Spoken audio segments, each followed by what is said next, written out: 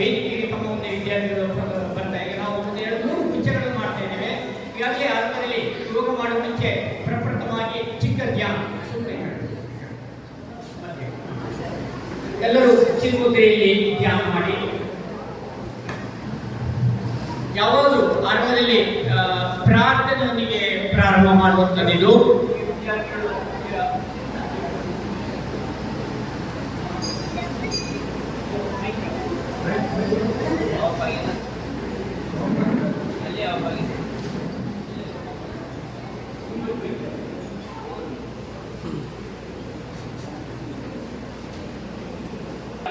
ಮಾಡಿಕೊಂಡು ಈಗ ಎಲ್ಲರೂ ವಿದ್ಯಾರ್ಥಿಗಳು ನಮಸ್ಕಾರ ಮುದ್ರೆ ಮಾಡಿ.